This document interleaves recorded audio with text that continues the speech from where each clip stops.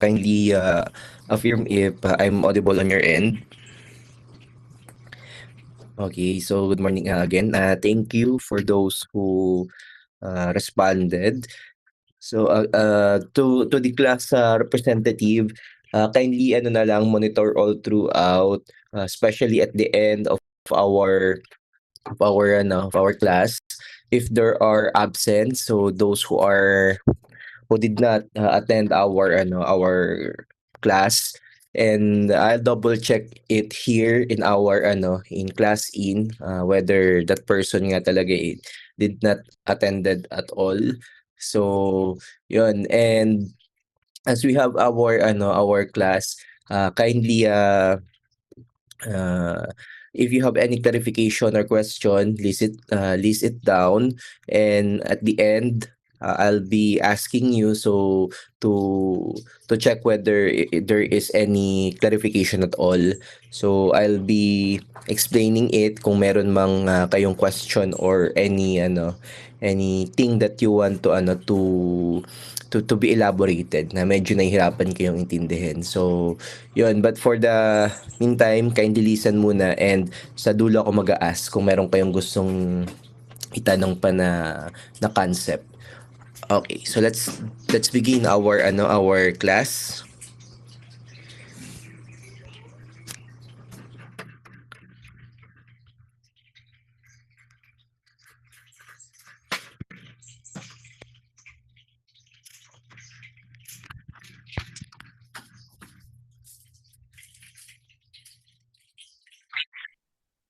Okay, so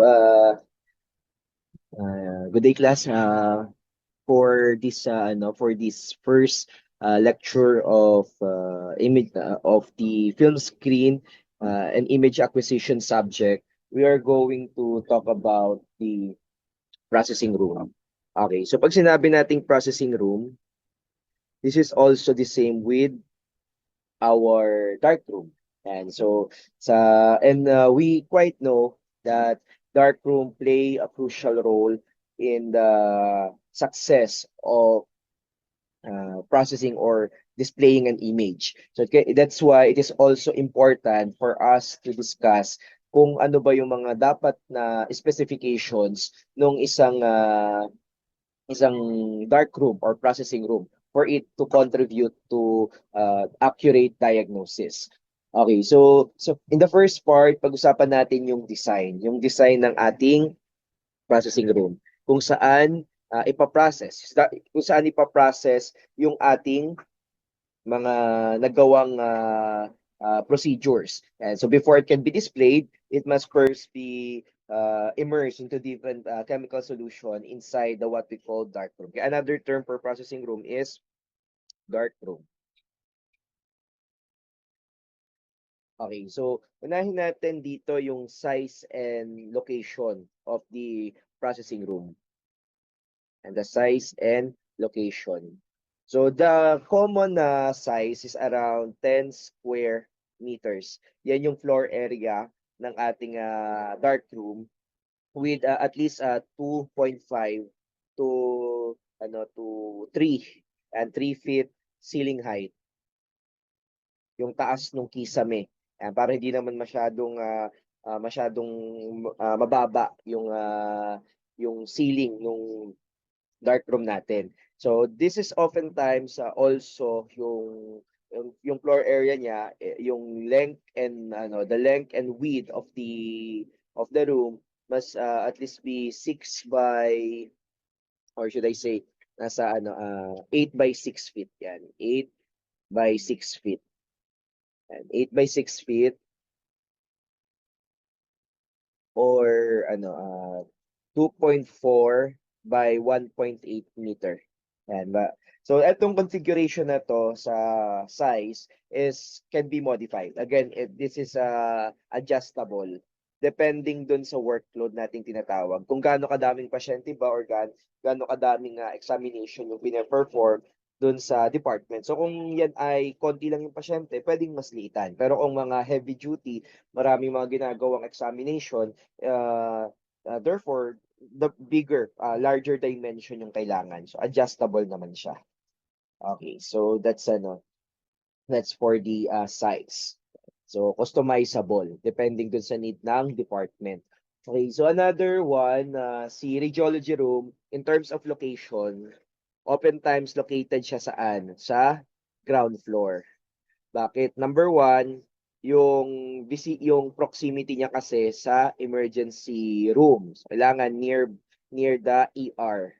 Kasi majority ng mga pasyente natin, lalo na yung mga trauma patients, mas madaling i-transfer sa radiology kung adjacent tayo or very close to the emergency room. Plus, another reason is yung mga machine kasi natin mabibigat, mahirap silang ilagay or i-transport para ma-install sa higher floor levels. Yan. So, that is the traditional. But again, this could be adjusted depending upon the need for some situations, like in case of yung hospital kasi, yung kanyang pagkakakonstruct, mababa yung floor, prone to flooding. So, common na inaabot minsan yung ground floor ng baha. Yan, so yun yung pinaka-dilemma. So sa mga ganung instances, inaangat natin, inaangat yung radiology department. Kung iaangat man, possibly second floor. Yan, so di na ideal masyado yung nasa pinakataas. Yan, so mga nasa ano lang, mga nasa may ano lang siya, nasa second floor. To avoid na kapag biglang bumaha, hindi masira or mag-cause ng pagka-electrocute, makakuryente ng tao na malapit dun sa machine na nabaha. Yan. So yun yung ano natin dito, reason kung bakit ano rin siya, pwedeng not other than the ground floor. Kaso nga lang mas maano siya, mas mahal pagka sa higher floor nilalagay plus the labor of kailangang iakyat, yung radiation shielding din ano mas mahigpit pagka kasi nasa higher floor level dahil yung mga nasa ilalim as well is kino-consider. Okay, so kaya yun, ang common location is the ground floor near the ER. And in terms of the actual X-ray room, or should I say, the processing room, in dark room, it should be adjacent. Yan, adjacent dun sa examination room. So kung nasan yung X-ray room, ang common na design is nakadikit yung ating processing room. So kung multiple rooms yung isa-serve niya, so dapat nakagitna siya for efficiency. So ma-conserve yung floor space. Okay. And also, yung design should be for efficient workflow. Yun nga, kaya pwede siyang igitna para pwede niyang ma-serve yung mas maraming examination room. Plus, easy retrieval din nung mga pinaprocess na X-ray film. And so ang goal na ito is to improve productivity. Kaya hindi basta-basta dapat siya ay inilalagay na lang kung saan ipipwesto. So may mga kino-consider din na mga factor, particularly efficiency, radiation exposure. Kasi nga yung dark room itself, yung mga ini-store sa kanya is sensitive sa radiation. Kaya dapat proper yung design. Okay, so some of the construction consideration, pag-usapan naman natin yung mga sa construction consideration pa, other construction consideration. Yung ano dapat natin, yung mga ginagamit na materials sa floor, ceiling, yan, yung walls should have minimize i-minimize yung or dust proof. Yan, yung mga materials niya, hindi basta-basta nag-aagyo or nag-aalikabok. Yan. So the floors, the walls and the ceiling, yung mga materials doon dapat yung easy to clean. Yung especially kung may matatapon man doon na chemical, like sa dark room kasi yung mga chemicals natin pwedeng tumalsik and hindi basta-basta dapat na nag-aalikabok. They are easy to clean sa madaling salita. Yan yun yung pinaka-purpose nito. Para hindi mag-accumulate na mga dumi doon sa ating darkroom na pwedeng maka-apekto sa processing natin na masira yung quality ng image. And another one is the room should have a non-porous surface. Yan. So yung floor natin should be non-porous. So yan, non-porous yung mga surface ng ating non-porous surface dapat yung mga, especially the floor, Yan, to prevent chemical seepage and contamination. Para hindi basta-basta mag-cause ng spill. Diba, mapunta sa drainage or bigla na lang tumagos dun sa pader or dun sa may corner nung dark room yung chemical na ginagamit natin sa loob. So that could be a threat kasi dun sa environment. So especially these are toxic substances kapag nakapag-contaminate ng bodies of water. Okay, another one is temperature should be controlled. Yan, temperature along with humidity dapat control.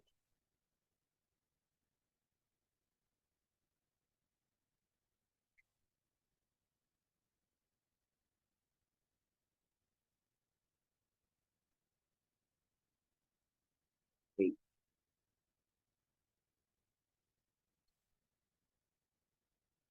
Okay, so in terms of of temperature. So yung temperature sa dark room should always around 68 degrees Fahrenheit or 20 degrees Celsius. Yun yung recommended. For the humidity naman, 40 to 60% humidity yung present sa air. So kapag nag-fall dyan, possible kasi magkaroon ng mga artifacts. So like, for instance, static electricity could build up by time, and as well yung sa pag mataas naman, possible na mag-cause yun ng fog. Yan, magre-result siya into fogging of our films na ginagamit for image processing. Dapat control din yung temperature and yung humidity or moisture. Another factor sa design ng ating dark room is the entrance. Pag-usapan natin yung entrances. And so for the entrances, number one factor in the entrances, there must be light tight. Yung mga doors, entrances or yung mga doors natin must be light tight. So hindi basta-basta nagli-leak yung liwanag ng nasa labas na makakapasok dun sa dark room. Hindi man natin kasi pwedeng patayin yung liwanag ng examination room, lalo na kung may pasyente pa doon. So that is not possible. So kalaban kasi natin sa X-ray film processing yung liwanag. It can result into fogging, magko-cause yun ng repeat examination. Kahit tama naman yung exposure mo during the examination of the patient, pero kung ma-expose lang yan accidentally ng liwanag dahil sa poor darkroom design, uulit ka. So kailangan yung pintuan light proof. Yan, hindi basta-basta tumatagos sa kanya yung liwanag sa labas. Yan, to prevent accidental exposure nga ng film. Magpapag kasi yung film natin pagka pag tinamaan siya ng liwanag na hindi naman natin kailangan. Okay, so that's number one. There are different aside from light proof pala, before we go to the types of these doors, yung entrance should be also positioned to prevent congestion. And so yung position ng entrance should allow smooth workflow and smooth workflow. Anong ibig sabihin ng smooth workflow? No congestion. No congestion. Yung hindi magta-traffic basta-basta, yung pagka merong multiple na mag-a-access ng darkroom natin, hindi sila basta-basta na basta-basta magkakabanggaan. So it must be spacious enough to accommodate at least two personnel na dadaan. Yan. So and especially yun nga to improve workflow para mas mabilis yung transition ng pagpa-process at paglalabas nung tapos ng ma-develop na image. Yan. So common nga sa pa neto setup neto, may gumagamit yung some dark room setup na tinatawag na pass box. And so, yung pass box, ito yung instead na para makuha yung na-process na image, hindi nabubuksan yung pinto, yung nasa loob, ilalagay na lang dito sa pass box. Tapos yun na lang yung bubuksan nung nasa labas para kuhanin. And so, hindi na siya maglalabas-pasok. And yet, that is the common practice nung puro darkroom pa lahat or film processing. Okay. So, yeah. Then, next natin, the types of entrances.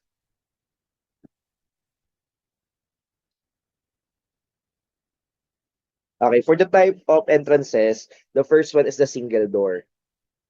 So from the word itself, isang pinto lang to. So isang pinto lang na yung ano niya, yung pinto must be aside from light proof, electronically locked. Yan, may electronic lock siya na pag nakabukas yung mga film bin or mga film ano yung mga film storage, yung may electronic application, hanggang nakabukas yan, hindi bubukas yung pinto to prevent accidental exposure of the light sensitive films. Yung mga film na hindi pa naman nagagamit. Yan. Then kung may single door tayo, may tinatawag naman tayong double door. May double door. Sa double door naman, merong dalawang pinto. So, halimbawa, ito yung isang pinto, first entrance sa second entrance. Tapos may small na hallway sa pagitan nilang dalawa. So, yung manggagaling sa labas, ang una niya munang mabubuksan is yung nandito sa may yung first door. And hindi yan bubukas yung pinto na yan kapag nakabukas yung second door. And so, kapag papasok, dapat isasara. So, isasara yung first door kasi kapag di mo sinara, etong second door, hindi mo mabubuksan. And so, pagka nabuksan mo na yung second door, you must close it para pwedeng mabuksan yung first door. Yan. So, ganun siya. So, by doing this, na-avoid yung possible na accidental light exposure na common na dilemma kapag single door, lalo na yung mga plain single door na walang electronic lock. Okay, uh, okay, so second type of entrance that we have here is yung tinatawag na maze door. Maze door or labyrinth door. Maze door or labyrinth. So parang yung maze, kung familiar kayo sa maze, yung parang meron siyang puzzle. So ano natin.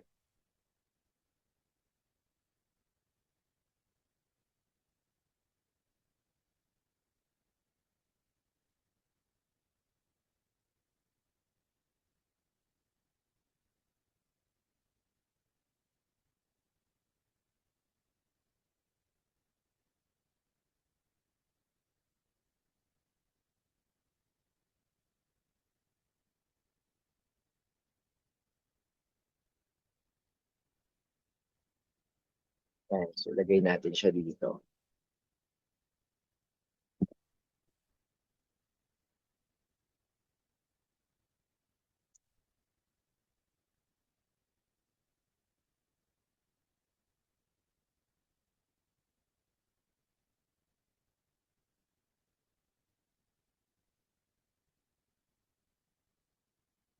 Medyo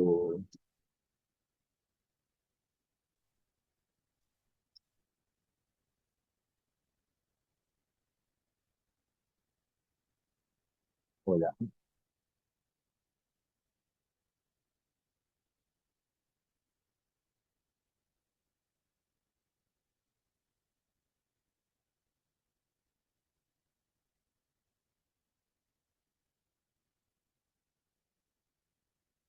Yan, okay na. So, yan. Ito yung itsura ng maze door or ng maze entrance na tinatawag.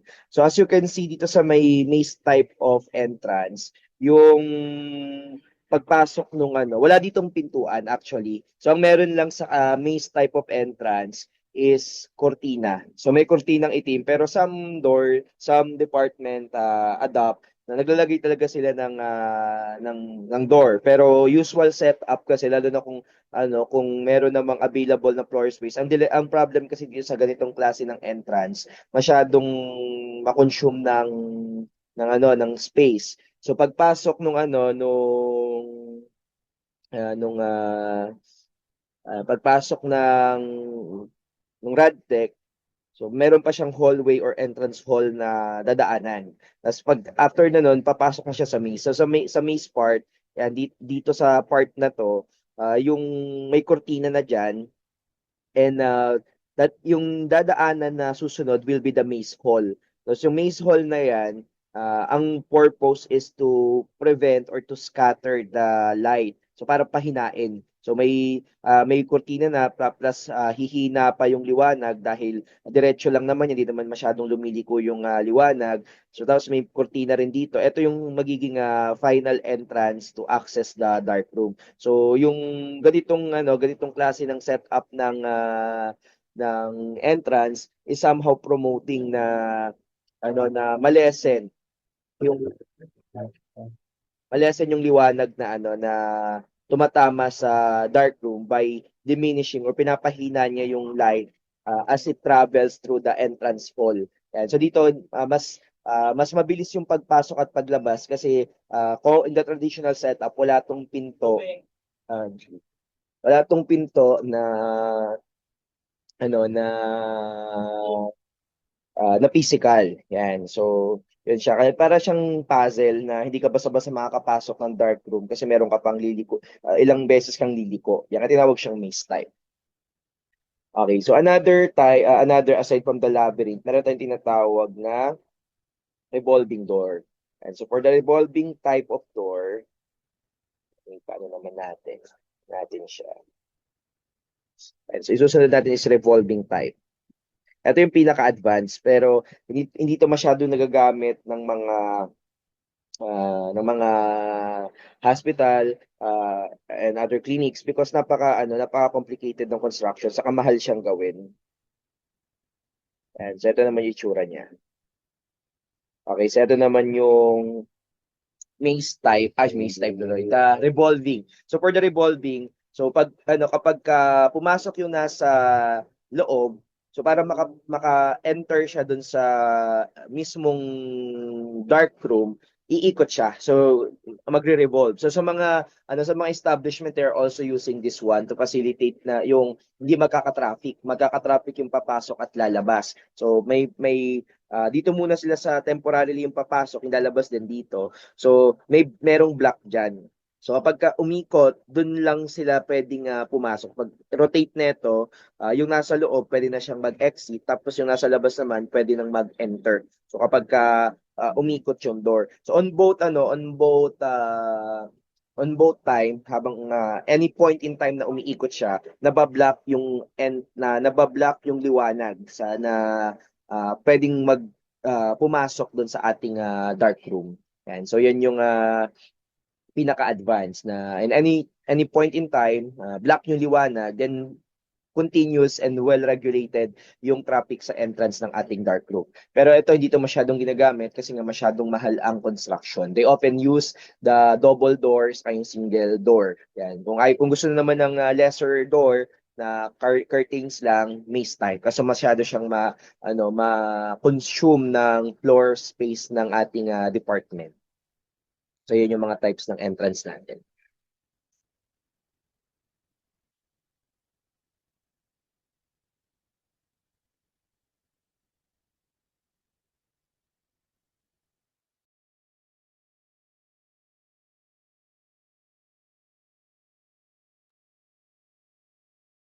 Okay, so now let's talk about lighting and ventilation. Yan. So pag-usapan naman natin kung paano nagkakaroon ng proper illumination sa dark room. So lighting. They say lighting.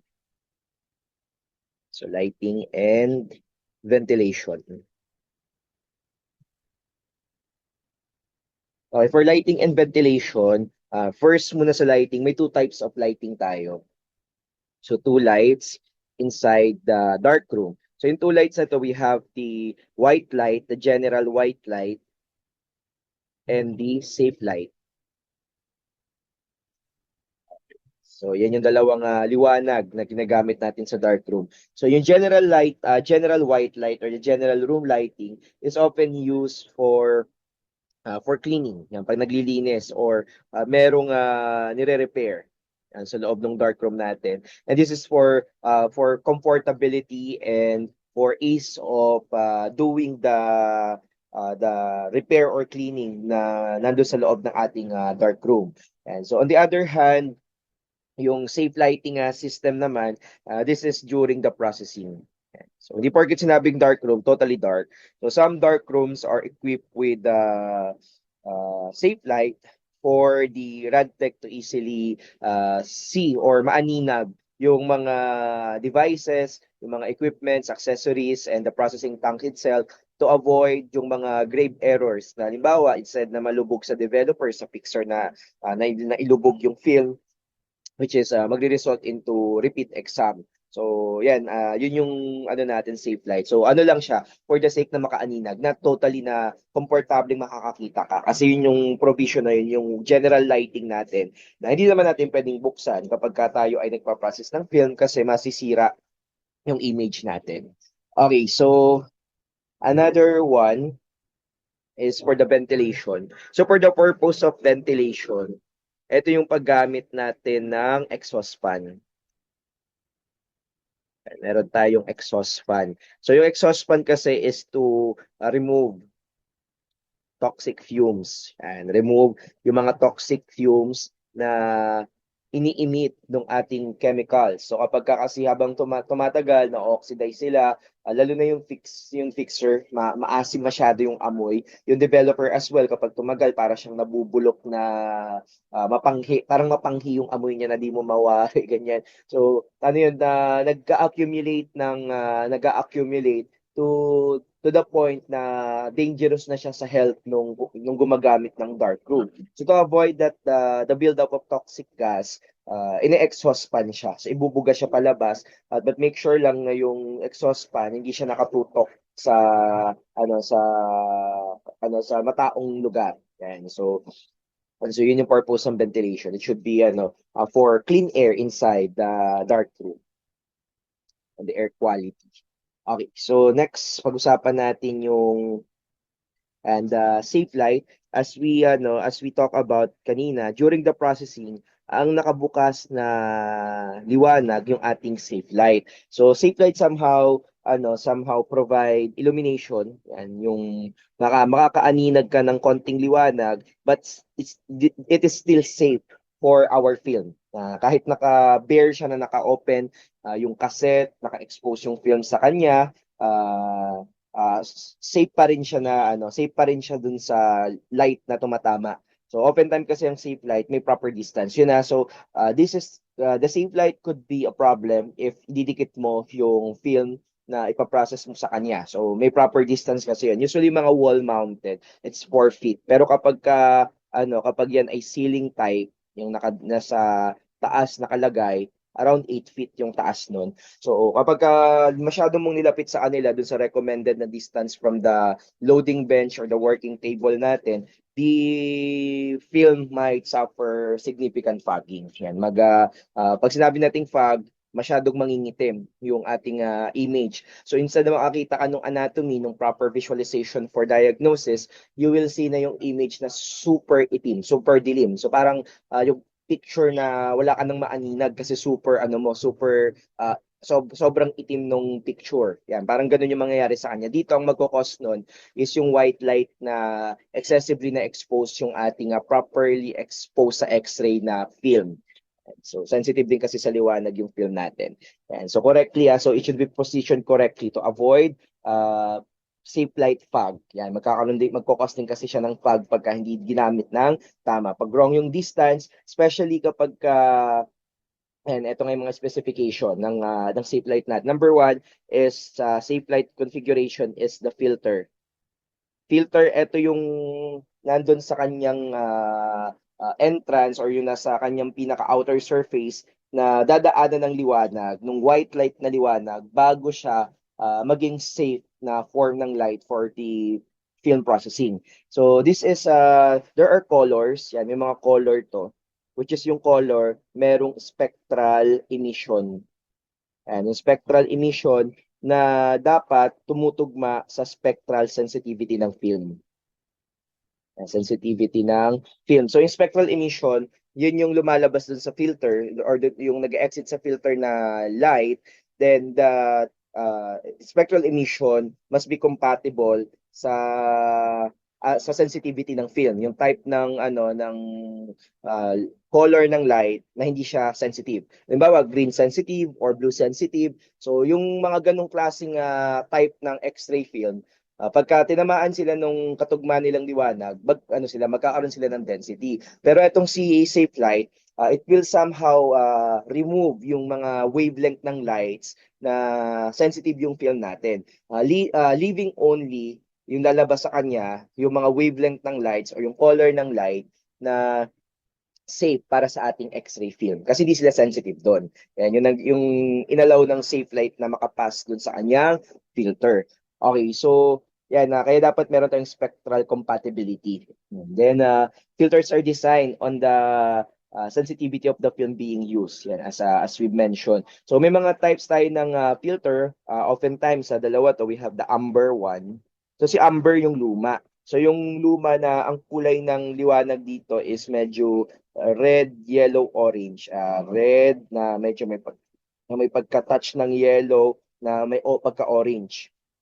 At ito ay karaniwang ginagamit sa mga blue sensitive. So they are compatible for blue sensitive film.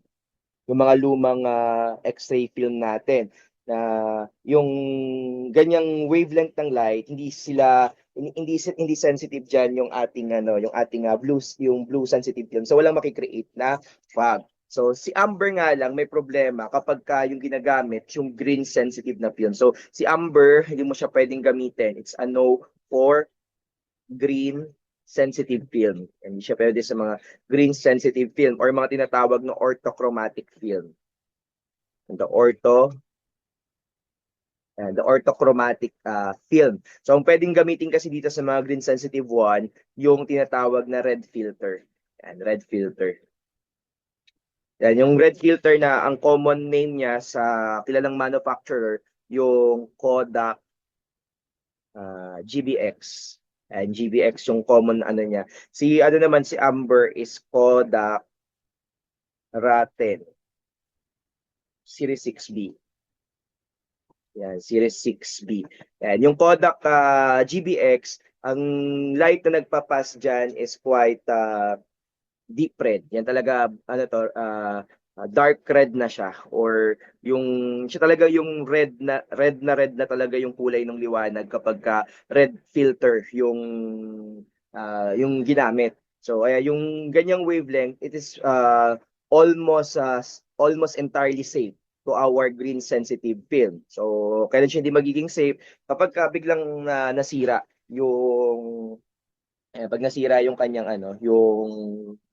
yung filter or there's a possible problem na nilapit mo masyado yung film o kaya mali yung bumbilyang nakakabit sa loob. And so hindi siya totally safe pa rin. No filter is 100% safe pagka hindi mo sinunod yung configuration. Pero in terms of spectral sensitivity, yung blue pwede siya kay amber, pero pagka green, pwede lang siya kay red. So, kung safe sa red, therefore, etong si red filter is actually safe din siya para kay blue. Kaya ang pinaka-safe sa dalawa is etong si red filter.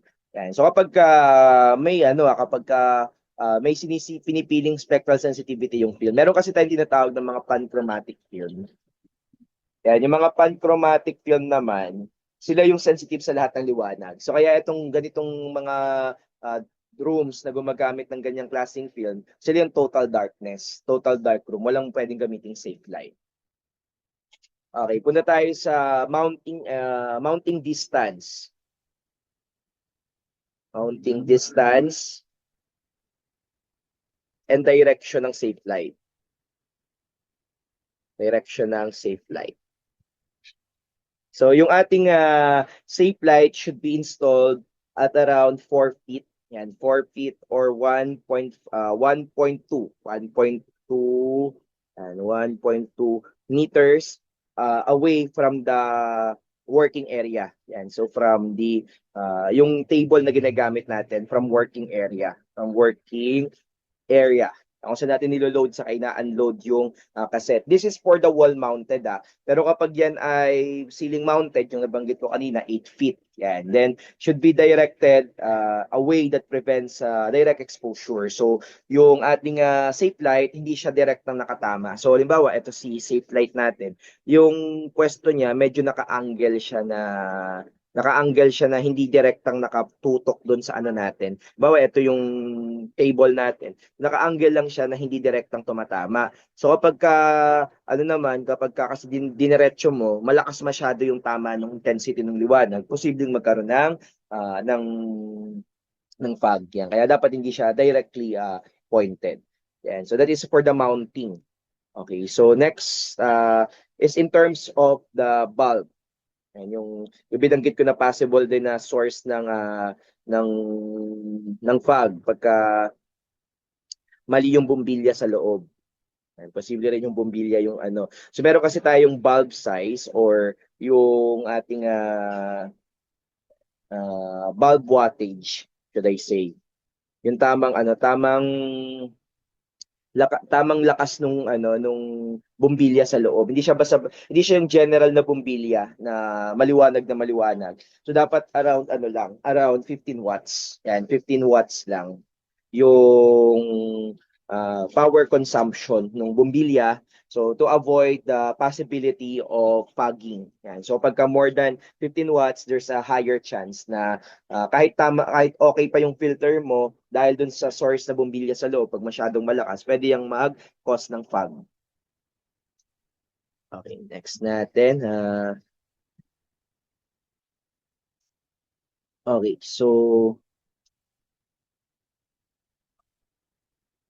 so meron tayong tinatawag na safe light testing. Ito pag-uusapan nyo to sa subject ng quality assurance, yung safe light testing to check ba kung okay ba dun sa film natin yung ginagamit na current na status ng safe light. So yung film will be left open. So i-left open siya for at least 5 minutes. Yan. So at least mga 5 to 10 minutes. 5 to 10 minutes na naka-open dun sa table na naka-on yung safe light. Yung kalahati, i-cover. I-cover yung kalahati, covered. Tapos yung kalahati naman is exposed dun sa liwanag ng safe light. So after nung minutes na yon, kung normal ba yung ating safe light, wala dapat density na makikreate on both side, lalo na dun sa uncovered part. So pag pinrocess chemicals, dapat almost same ng appearance yung exposed sa yung covered. So kung safe ba yung status ng safe light natin, or else pag may problem sa kanya like yung bumbilya, yung filter, or yung sensitivity, dun sa uncovered part, yung exposed sa safe light, mangingitim siya significantly. Samantalang yung covered, walang masyadong density mabubuo. So, proving na may incompatibility or may problema yung paggamit ng safe light. Kailangan nating malaman yon, or else for every time that you're going to do a procedure, siguradong uulit ka ng uulit or pangit yung quality ng image. Okay, so next natin napag-usapan is the radiation shielding.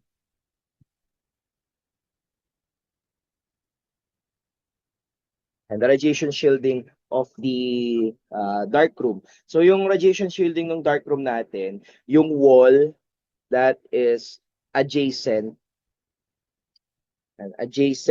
sa examination room. So ano yung examination room? Yung merong X-ray machine. So yung wall ng dark room na doon nakadikit should be LED lined. So dapat meron siyang may naka-incorporate na LED sa kanya. Lalo na kung yung wall is kahoy lang, mga plywood. Dapat naka-sandwich doon sa kahoy yung at least 1.5 millimeter. So,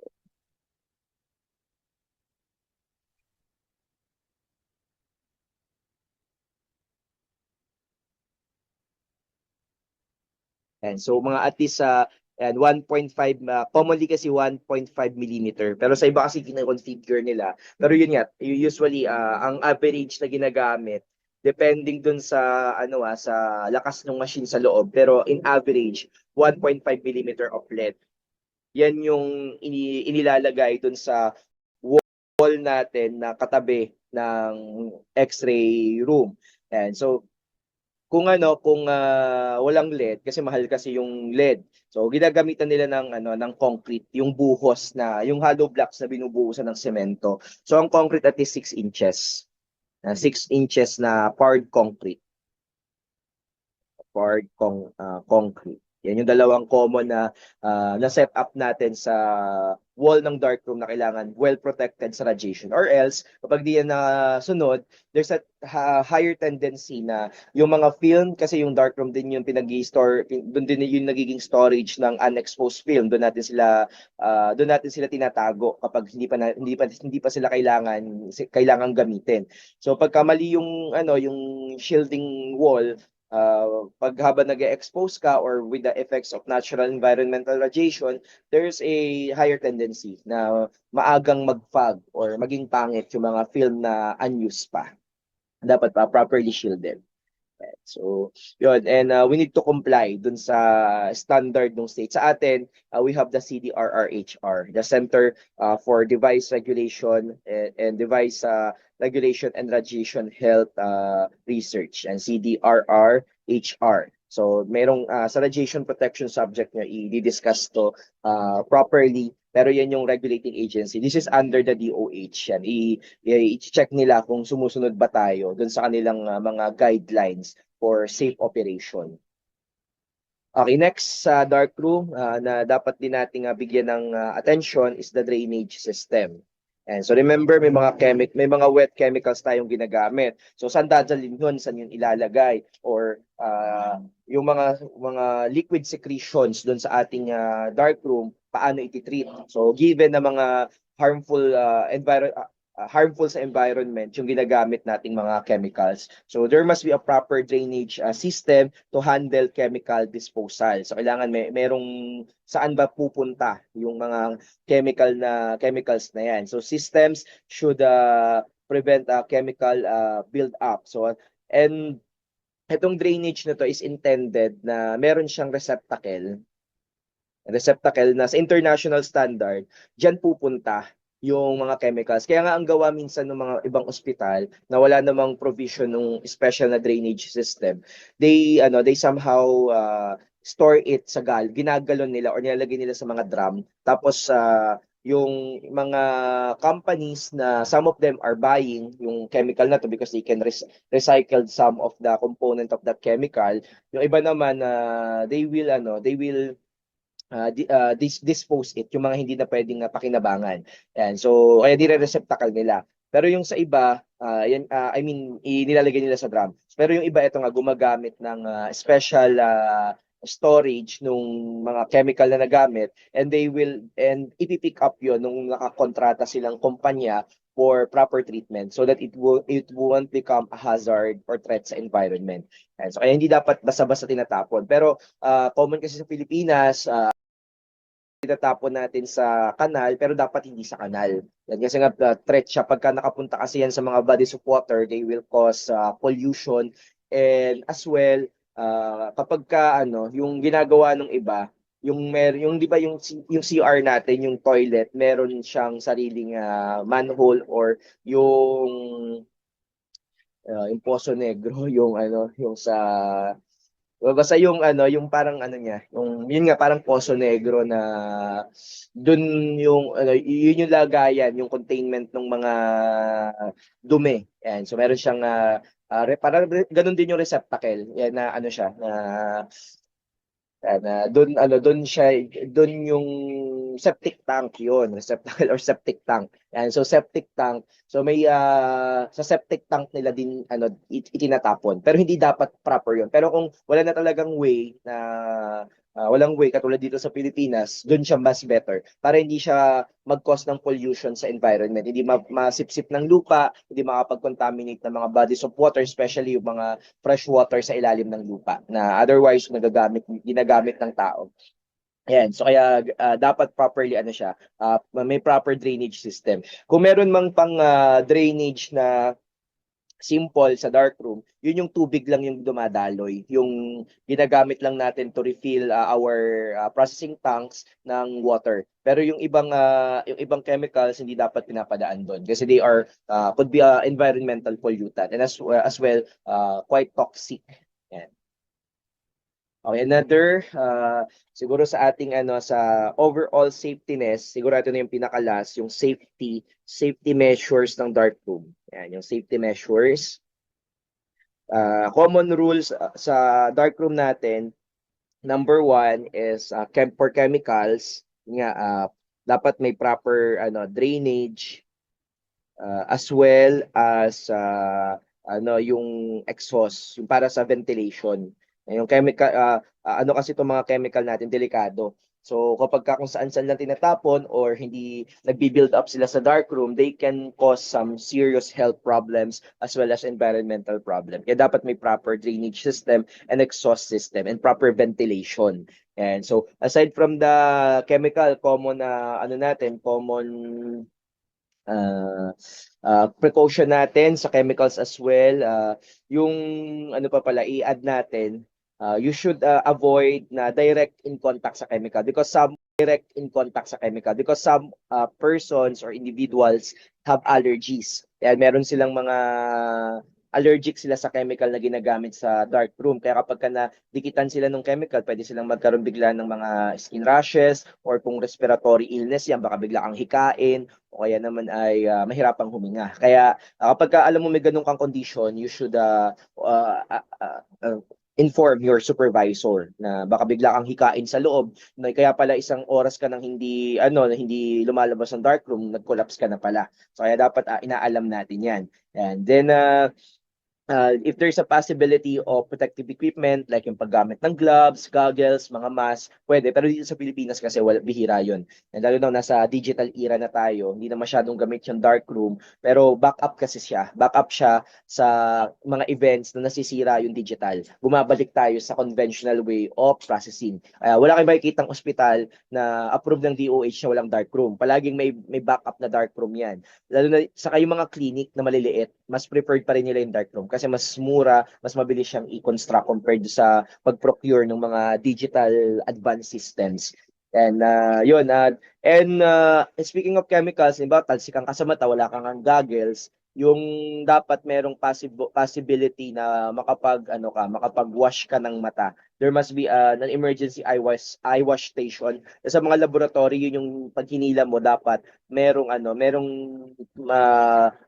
biglang na lang magsha-shower na tubig na sobrang bilis para matanggal yung chemical, especially sa pagka sa mata yung pinag-uusapan. Tapos pag maghuhugas ng mata sa dark room tuloy, maghuhugas ng mata because of chemical contamination, dapat yung side ng mata na contaminate yung nakababa. Kasi pag yun yung tinaas mo, pag daloy ng tubig, it should be a running water ha. Kung wala namang running water katulad ng gripo, okay na yung tabo or whatsoever na pwede mong ibuhos para running yung water improvise. And yung dapat yung nakababa yung na-expose. Kasi pag yun yung nakataas, pag daloy ng tubig doon, maililipat ng tubig sa kabilang mata. So, pati yung isang mata, madadamage. Kaya dapat pa, naka-downside yung mata mo na na-contaminate ng chemical. And so, yun yung proper way of washing. Yung binubuhusan, hindi yung yung pipikit dilat ka sa tubig. So, lalo lang na nandun lang din yung chemical na naka-contaminate sa mata mo or nakatalsik sa mata. So kaya hindi siya magandang practice. And so also sa sa safety measure sa darkroom electrical, make sure yung mga outlet may cover. So may cover para kung may mag-splash man or may madikit mang basa, hindi siya makokuryente. And speaking of electrical as well, yung mga wires dapat kine-check yan regularly to make sure na walang mga damage. Baka pamaya mayroon palang nabalatan doon. Diba? Na damage na kable na putol o kaya naman may daga. May daga na kaya next natin dito cleanliness. Bawal kumain sa loob ng dark room. So baka pamaya yung pagkain mo saan sa mo pinatong makontaminate ng chemical, di nalason ka pa. Or yung isang other consequence ng untidy na dark room, yung mga pinagkainan mo, yung mga mugmug doon, baka langgamin or ipisin, magkaroon ng mga bugs, much worse, daga, mga bubwit, na kapag ka napunta sa dark room, pwede sila maggat-ngat ng mga electrical connection doon and baka mahawakan mo yung open wire ng inat-ngat ng daga, di mo kuryente ka pa. Lalo na basa yung mga chemicals na ginagamit natin.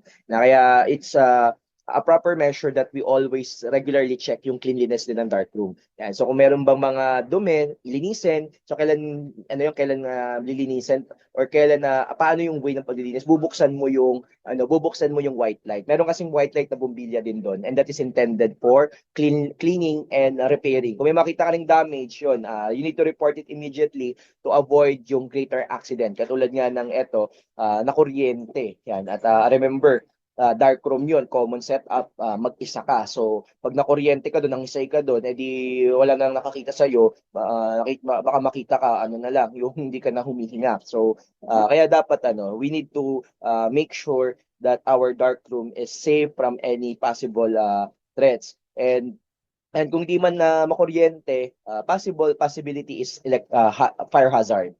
Yan, remember kuryente yun, open wire. So baka nag-aapoy na pala sa loob ng dark room, hindi natin alam. Yan. So kaya in big picture, we should take care of our dark room. Kahit paminsan, yan ay hindi na nagagamit kasi may digital system na, you should regularly check. Baka pamaya may mga nagbahay na diyang mga kung ano man na pwedeng mag-cause na itong mga nabanggit nating dangers. Okay, so far, yun muna for now. And let's continue it for the next topic. So thank you, and I hope you've learned something.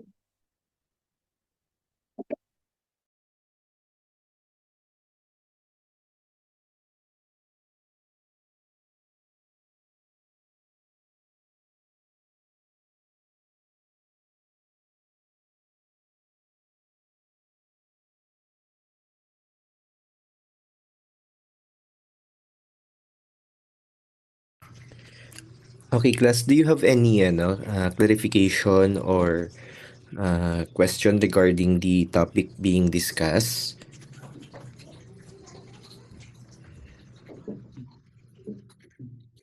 Okay, any clarification or question?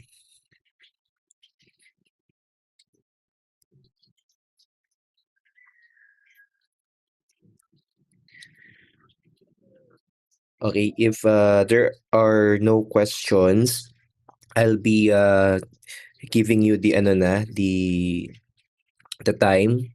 You have the permission to leave na, and just stand by na lang for my further instruction if there's any. So far, that's all for now, and see you in our next meeting.